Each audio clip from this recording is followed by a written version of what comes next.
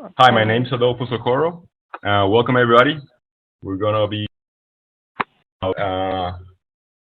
numbers and date tables and what they can do for us to simplify our queries, our systems, our reports. I'm with IT Impact. We're a consultancy firm specializing in Access and in SQL Server. We have clients all over the place, all over the world.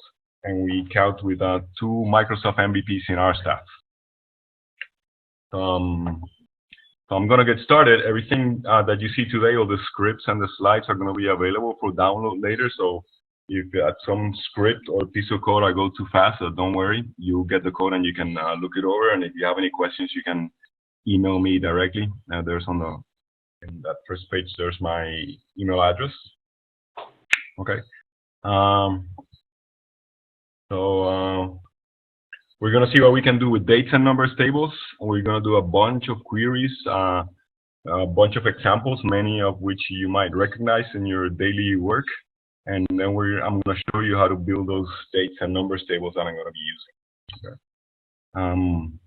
I like to say that date math is everywhere in the system. If you've done reports or any sort of system connected to a database, you might recognize any of these needs that you might have programmed before. I just came up with this thinking just a brainstorm, and in 1 minute I came up with all these. We're constantly asked to aggregate data by year, by quarter, by month, compare seasons, find out sales on dates which are holidays or dates which are not holidays, and all of that. So we're constantly doing this and constantly using routines to give them a date, and they give us back the quarter, the year, the month name, and all that. Okay. So our technique is going to be to pre-calculate all that. A quick example here, this is from a client, pharmaceutical client, who is calculating efficiency of their manufacturing operations. This is one of the reports, and this might be they do calculations based on year and quarter. And we do this all the time. Okay, the thing we sometimes forget or not aware of, that a simple date has a lot of information behind it. So we take a day like today or any other day, we can have it in different formats. There's a day name. Today's Tuesday, is day number 9 of this month, is day number 3 of the week, and I'm starting Sunday as number 1. Is the 343rd day of the year. The month is December, the month number, it's not the last day of the month, it's not the first day of the quarter, it's not the last day of the quarter. It's not a holiday, it's in calendar quarter 4, and you get the idea. All of this information just behind a simple date. And then you might recognize and having to calculate it at some point in your programming. Also, if you're doing multilingual systems, you might want to have the dates in different languages. In this case, my first language is Spanish, so my dates table has information in Spanish too. Okay. So what would a dates table look like? Let's switch here to SQL Server, and let's do our first query here. So this is my dates table. It's called bin date. I'm just going to pull the first 10 records there after 2010, and this is what I got. So it's similar to what I just showed you. Okay, a lot of information about a date. And this table, you're going to see, is going to help us as a lookup table. We're going to do a join with our base table, whatever our report or a calculation we're doing. And by joining to this table, it's going to be a lookup into all this information that we don't have to be calculating all the time. In my dates table, I have this information in 2030. And later on, I'm going to show you how to build such a table. Okay, I see that somebody's not getting audio. Is anybody else not getting audio? Is it just one person? I'll communicate with him through the text file. Don't worry about that, Adolfo. Okay, so let's keep going. Okay, so that's our base table. Let's see. So going back here to the presentation. What are the benefits? One, pre-calculated information. And we're going to see examples of that. We don't have to be calculating all this information about a date all the time. We just look it up. It's going to facilitate a bunch of algorithms, and I'm going to compare regular queries without a dates table with queries using a dates table. And it's going to be very obvious that it's much simpler. And it's going to enable us to use set-based logic. And this is very important for a relational database like SQL Server or Access. They're for queries, for joins, for selects. They're not so efficient when we're doing loops or cursors or a bunch of procedural code. So two benefits right there. It's going to be shorter queries, and you're going to be using the engine in the most optimal way to calculate your information. Okay. So let's do an example here. And I divided this page in two.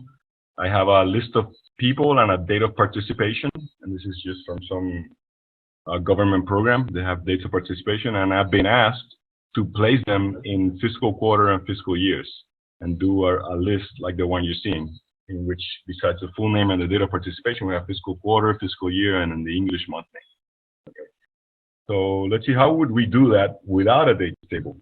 If it was me a few years back, we'd probably do something like this, a query like this one, okay, in which I would use the month function in SQL Server to get the number of the month, and then I would I would calculate the fiscal quarter based on that. So if it's between 7 and 10, which means between July and September, then it's fiscal quarter 1. In this case, fiscal quarter being from July to June.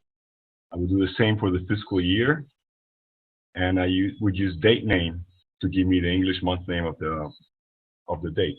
So if we run this, we're going to see that it works perfectly. So that's what we wanted. Okay.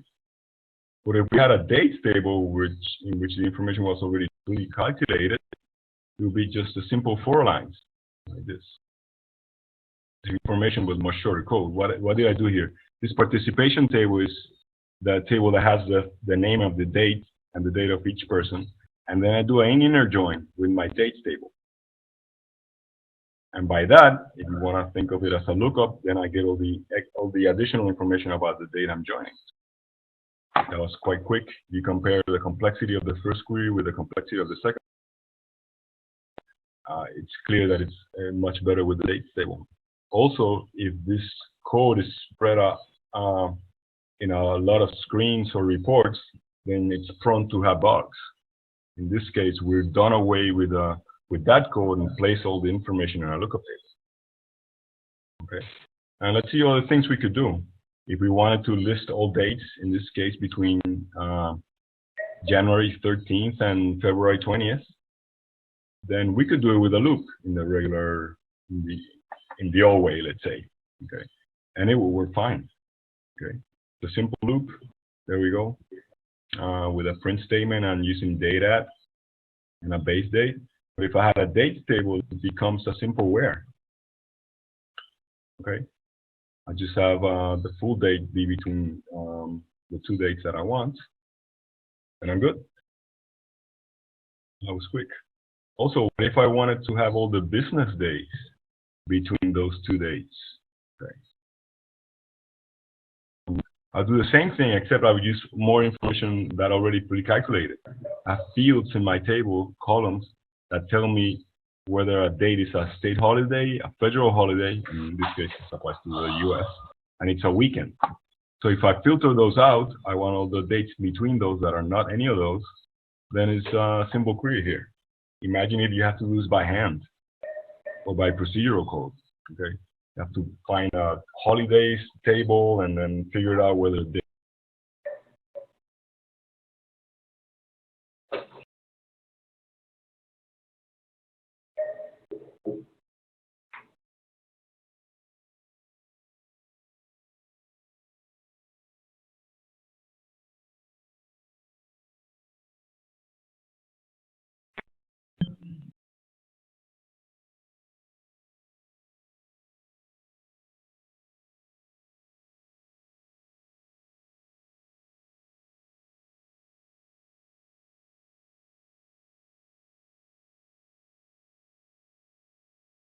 Sorry about that. Can anybody see my screen again? I think we got disconnected there for a moment. I can see it. Okay, great. We're back. Okay, so that was all the business days between those 2 dates. Quite simple query if everything's already pre-calculated. Okay. What about another common one? The next business day after a certain date. In the US, July 4th is a holiday, Independence Day. So how do I get the next business day after that? So I filter out, make sure it's not a state holiday, not a federal holiday, not a weekend, and it's after July 4th. Okay. And that's easy and quick. I took top 1 here. That's how I got just the 1 day. Also, what about more complicated stuff? The holidays of the 3rd quarter of fiscal year 2013. So I already have the fiscal year pre-calculated, fiscal quarter. I want to make sure that it's either a state holiday or a federal holiday. And then we just go away. And there it is. Okay. So let's go back here to the presentation to another example. Here's a common thing we do. If you have a sales system, give me all the dates with sales. But what if we had a new requirement that says show all dates, so we can see those dates in which there were no sales? How would we do that? We can solve it with the dates table. We have my dates table here showing a fragment here on the left, and on the right my sales table. I do a left join. I can easily spot the holes, and they will be null in our join. Let's see how would that work. So this is the query. So the key here is 2 things. I do a left join against the date table, and in this case for sales, I'm using the AdventureWorks sample database sales table there. Okay, and on that left join, I want to check, or I want to get back all those sales dates that are null. And I'm gonna restrict myself to calendar year 2005, the calendar quarter 3. And let's see if that for us. Okay, so it says that in 2005 quarter 3, we had 2 dates without sales. Let's check that out. Let's go query the table directly. Let's see if that's right. Let's go to the sales table. Let's query that date, and that's right. No sales there. So imagine again doing this by hand. One would think of a loop, and then having dates and doing date add to see if there's nothing there. But with a dates table, it's quite easy. Another example similar to this one, and this is again from a pharmaceutical company.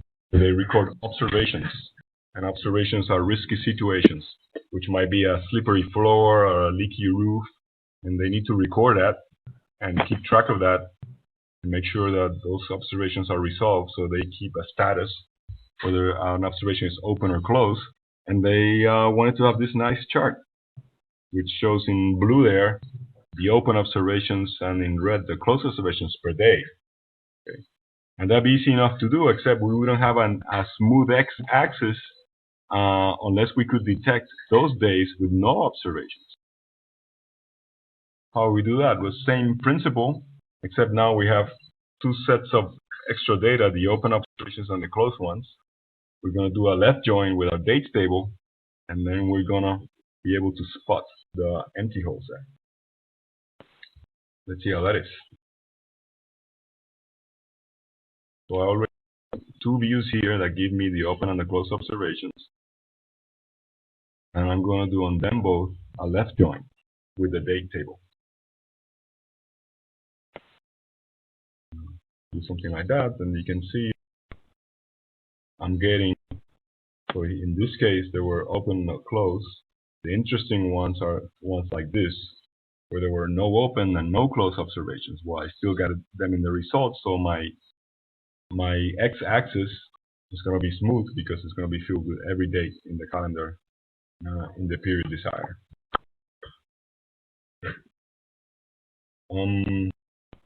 Let's do another interesting one. How about calculating this user group's means for 2015? How we do that? It's the Tuesday of each month. So our strategy here will be, let's get all the Tuesdays in 2015 that are not holidays. We already know how to do that because we can get that information from our date table. The next thing, we have to partition the records by month. So I can get, like in the buckets here that are in these three color buckets, I want to get all the Tuesdays in January in one bucket, all the Tuesdays in February in another bucket, and so on. And when I have that, I'm going to order them, and I'm going to pick the second one. Okay. The tricky part is going to be picking the second one, where we're going to be using a function that's internal to SQL Server. That's going to help us do that. Okay. So the first, here I have the query. All this thing it has an inner query here, an inner select. On the outside, I'm going to return the date, the English day, name of the week, and that day index being 2 for the second. I have to calculate that somehow. The way I'm going to do that, this row number function in SQL Server assigns numbers in sequence, 1, 2, 3, 4, 5, okay, and so on. And it lets me do it by partitions, by these buckets that I want to do. And my buckets are per month. So I'm going to tell it, okay, do the row numbering, but starting at 0 for each month, at 1 for each month. So I would get this that we have here, 1, 2, 3, 4, and so on. And then February, it's going to start again, 1, 2, 3. And in March, it's going to start again, 1, 2, 3, because of the partition clause. Okay, let's see if we do that inner zone. Let's see what that returns. So here you see, for January, we have 4 Tuesdays. And that day index is that, thanks to that row number. For February, we have 4 Tuesdays, 1, 2, 3, 4. Here for March, we have 5 Tuesdays. Now you can see if I was able to do it, I will be just picking the number 2 ones in the day index. So if we do that, here, all the dates for this meeting next year. January 13th, February 10th. So a little trick there with the row number function, but thanks to the dates,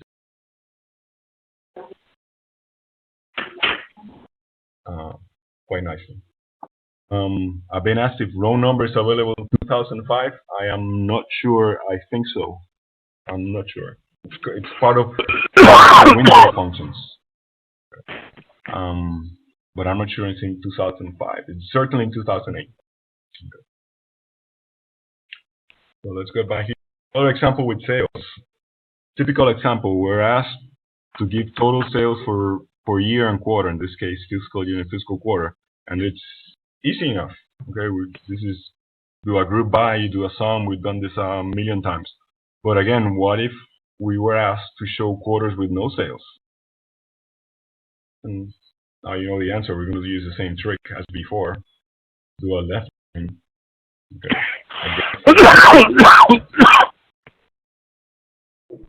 Okay. So here's without the dates table is going to be similar to my first example, where we have to take each date and calculate its fiscal quarter and its fiscal year. Okay. But with our dates table, we don't need to do that. We're going to do the empty trick, which we're going to do a left join, okay, and do the sum as usual. And let's see how that works. So I get all these fiscal years, quarters with sales, and then I get the 0 ones too. It's just a simple query like this. Let's see if we have any questions here.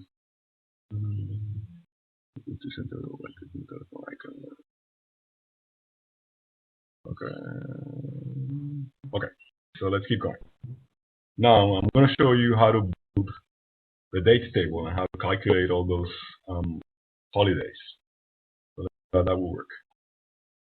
I'm not going to go into all the details of creating the dates table. You're going to have available the download to check that out. Just point a couple of things here. When you see it, you're going to use it. These 2 variables here give you the range of the dates that are going to be filled in the table, and the next variable, fiscal year months offset, is going to give you the date at which the fiscal year ends. In the example I have, the fiscal year in the table I have, my dim date table, the fiscal year starts in July. But there are some odd cases out there. I have a client whose fiscal year starts in February.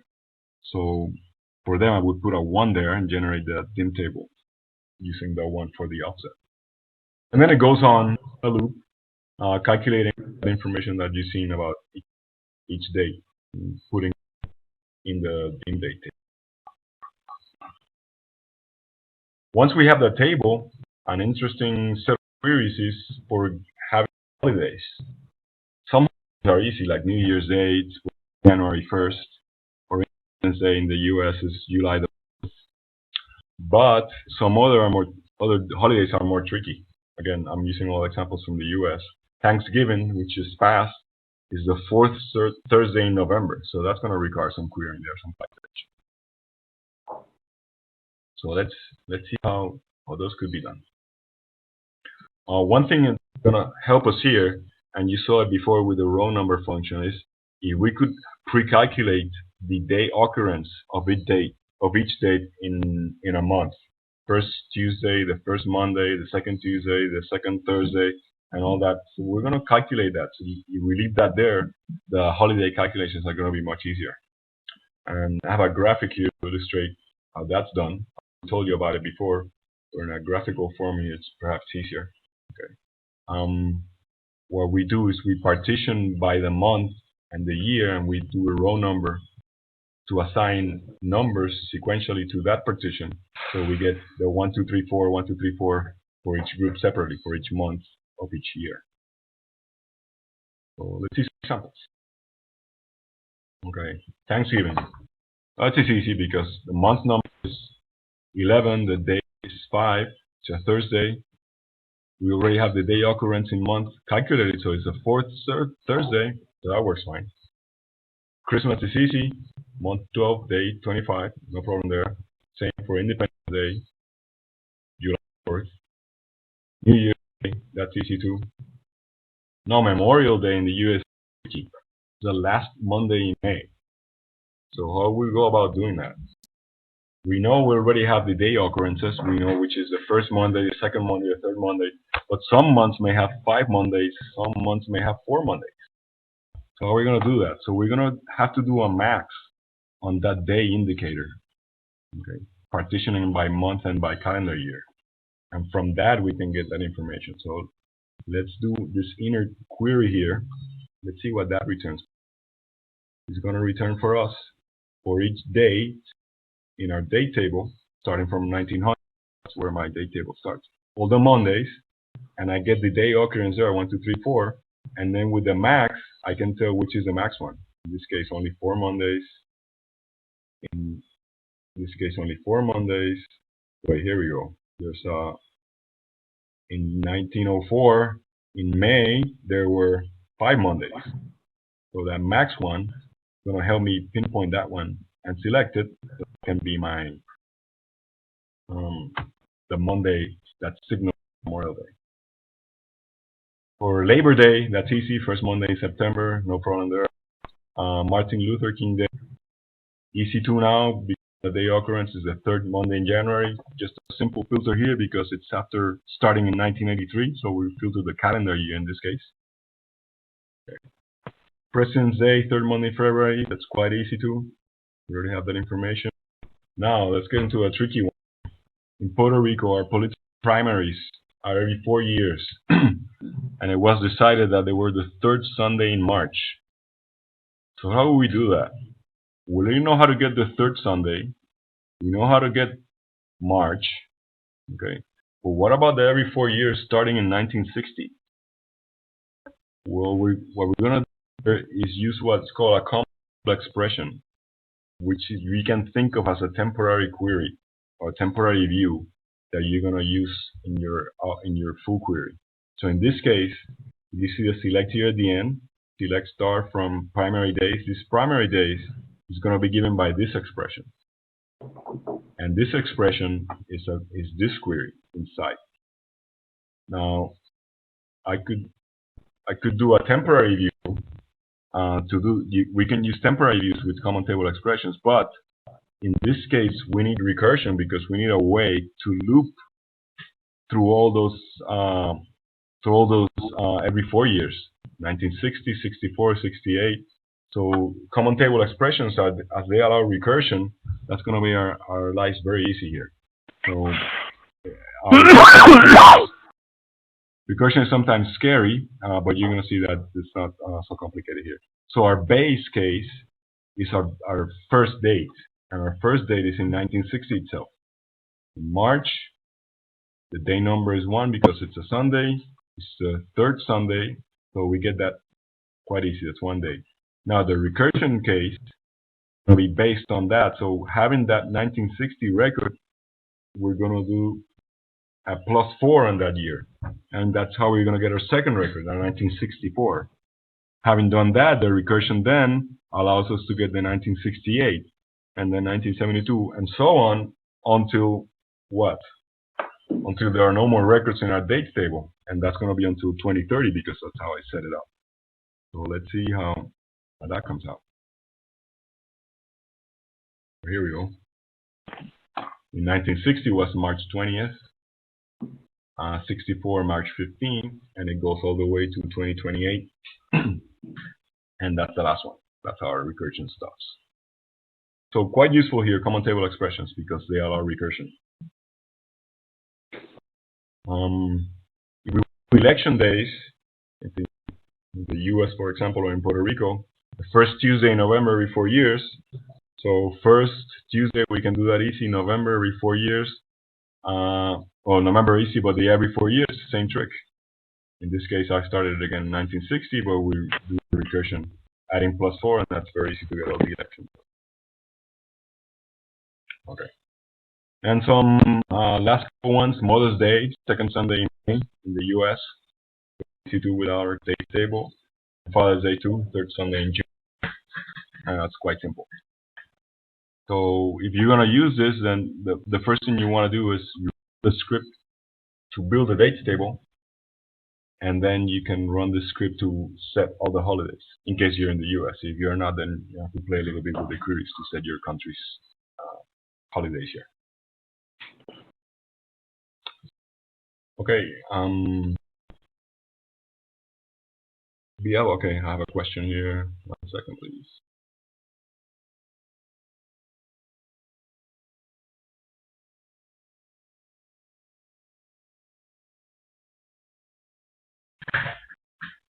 Yeah, if you fill the dates table on with as many years as you need, then you can just choose Wednesdays. In my case, Wednesday would be the day number 4, and I'm going to show you with the numbers table how you can generate a schedule in a manufacturing facility that has 3 shifts, and maybe that will give you some insight into how to do that. I want to finish the date segment saying that you saw this dates table has pre-calculated dates for every day of the year for a bunch of years. But sometimes you might want to use this same strategy for other kinds of pre-calculations. This example I have here is from a client from the federal government, in which they have to they give services to individuals to help them find jobs, and they measure a bunch of performance indicators, like how many participants they serve, how many of them went through the programs and exited, how many were placed in employment, and they have a bunch of different dates and ways of measuring this. So you see they have fiscal year, they measure by quarter, but all these measures are in different periods, and this is just for 2014, and for each year it will be a similar periods for different years. So what I did here was I created a dates table just for this, which with a simple lookup would tell me for each measure and program year what's my date range. Pre-calculated all those instead of having procedural code to tell me the date of each one. And I did the same thing for them for other measures that are in an annual report. The previous one was for a quarterly report, so I show you here between 2012 and 2014 all the dates. So we pre-calculate all those. It's a matter of a simple lookup And also debugging is much easier. You don't have to go checking all the reports that come off this data to make sure the programmer calculated properly the fiscal year and the date ranges and all that. Just pre-calculate that, just one debugging, and just make sure that the lookups are being used. Okay. So now let's go to numbers table. And this is the same idea, except it's a little bit simpler because numbers are just numbers. And we're going to have fill a table with numbers and then use those for a bunch of calculations that a few of them are going to be eye-opening. And you're going to see a bunch of uses for this too. Okay. I'm going to go in reverse here. I'm going to show you how to build the numbers table first. And we're going to use, again, instead of using a loop, which is one would think, oh, wait, why don't you do a loop between 1 and 1 million and then do an insert to in the table? Well, that's going to take up a lot of hours, and I tried. That's not going to work. So this strategy, what's going to do is we're going to have auxiliary tables. In this case, I have table 1 and table 2 with just one record there, the number 1. And I'm going to union them to get a result table with 2 records, with 1 and 1. And after I have that result table, I'm going to cross-join with itself. And cross-join is like multiplication. And 2 times 2 is 4, so my new result table is going to be with 4 records. Now you get the idea. I use that result table on itself, cross-join, I get 16 records.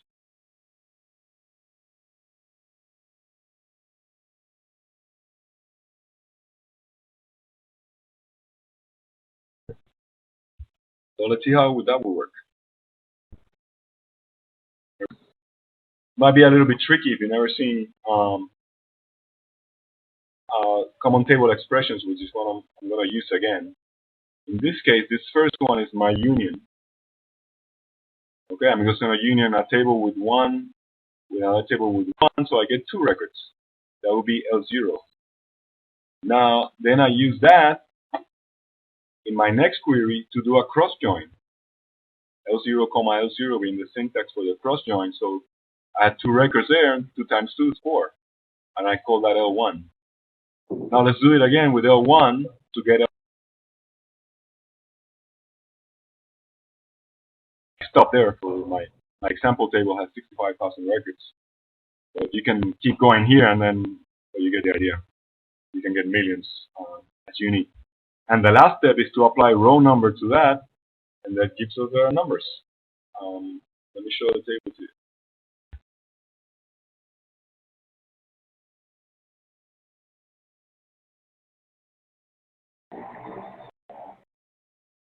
So here we are.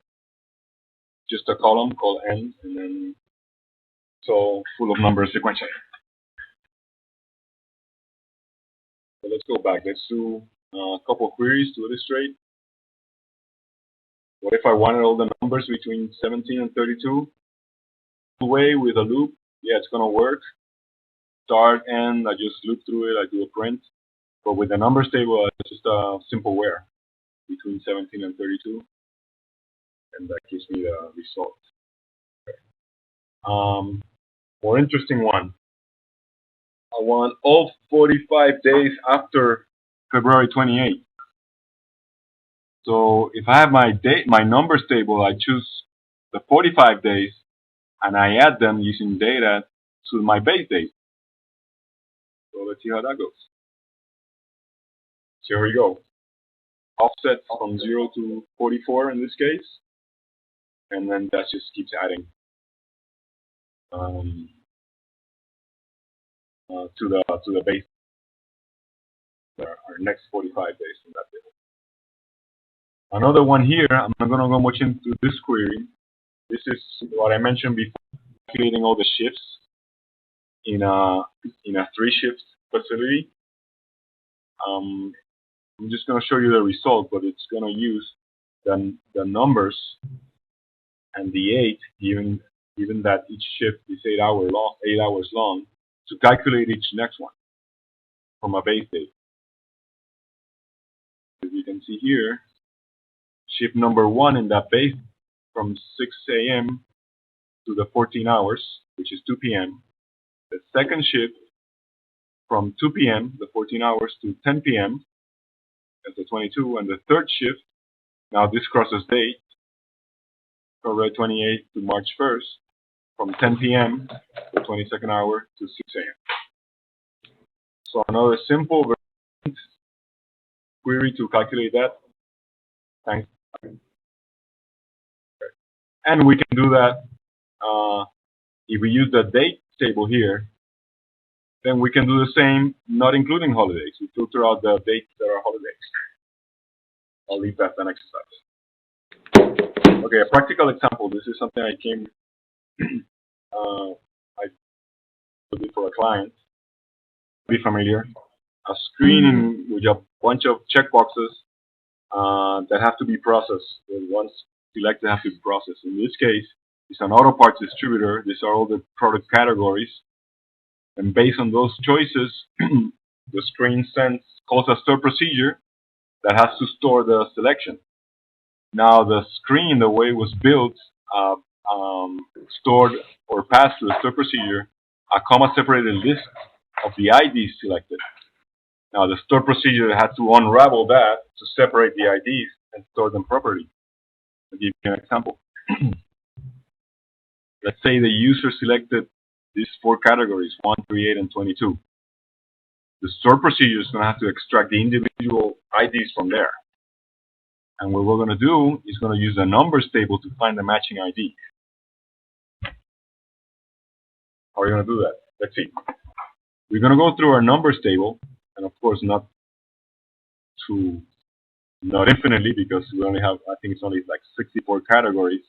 We're going to take each number and we're going to put commas on each side, converting it to a string, and we're going to try to pattern match that into that string of IDs that was given to us using the char index function in SQL Server. So if we spot a match, in this case that 3, then we know that 3 is in there. Let's try that, see how the query looks like. So this is it. I'm simulating here. This is our input, 1, 3, 8, and 22. And this is our loop here. I'm trying to show you the result first. Oops. So it's parsed out in separate records, 1, 3, 8, and 22. The idea was, I'm going through all the numbers up to 100 from that dim number table, put the commas on each side, and with the char index, see if that is inside our input string. If it is, then we get the number back. We did here, 1, 3, 8, and 22. So that's quite fast and no complicated logic of parsing out or get the comma out, get the next number, or if it's a 2-digit number or 3-digit number, then special processing and character processing there, not needed. This trick is quite fast and simple. Okay. And a bunch of other examples with numbers that can be done here. Another one is generating IP ranges, for example. Seen this in a few places. Here, if I have my base IP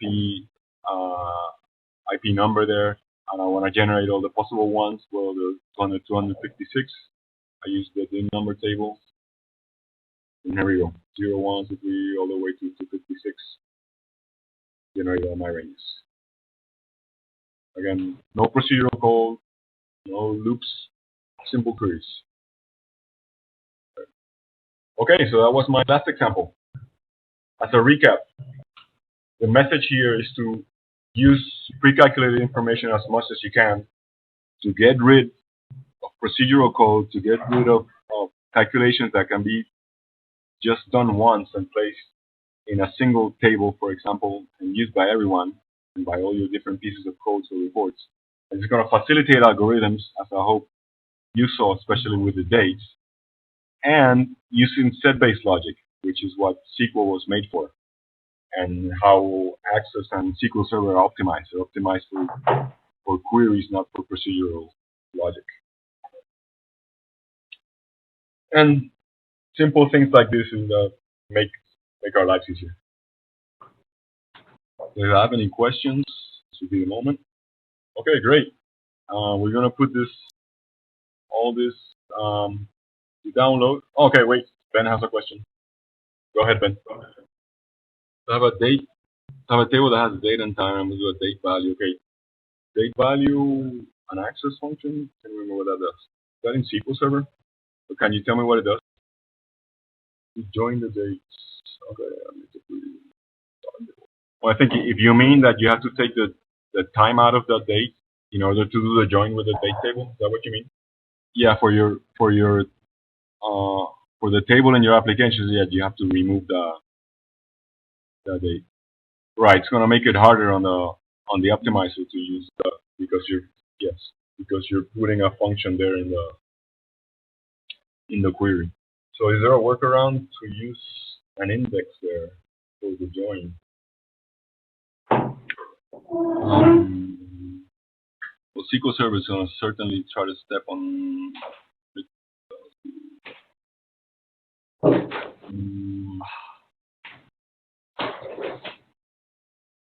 Not sure how the optimizer is going to go around that because there are dates and they're built-in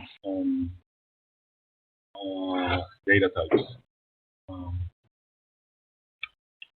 Yeah, I can do an example and get back to you.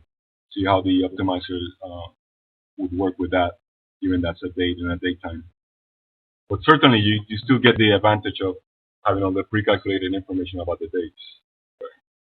Question is how efficient is that going to be?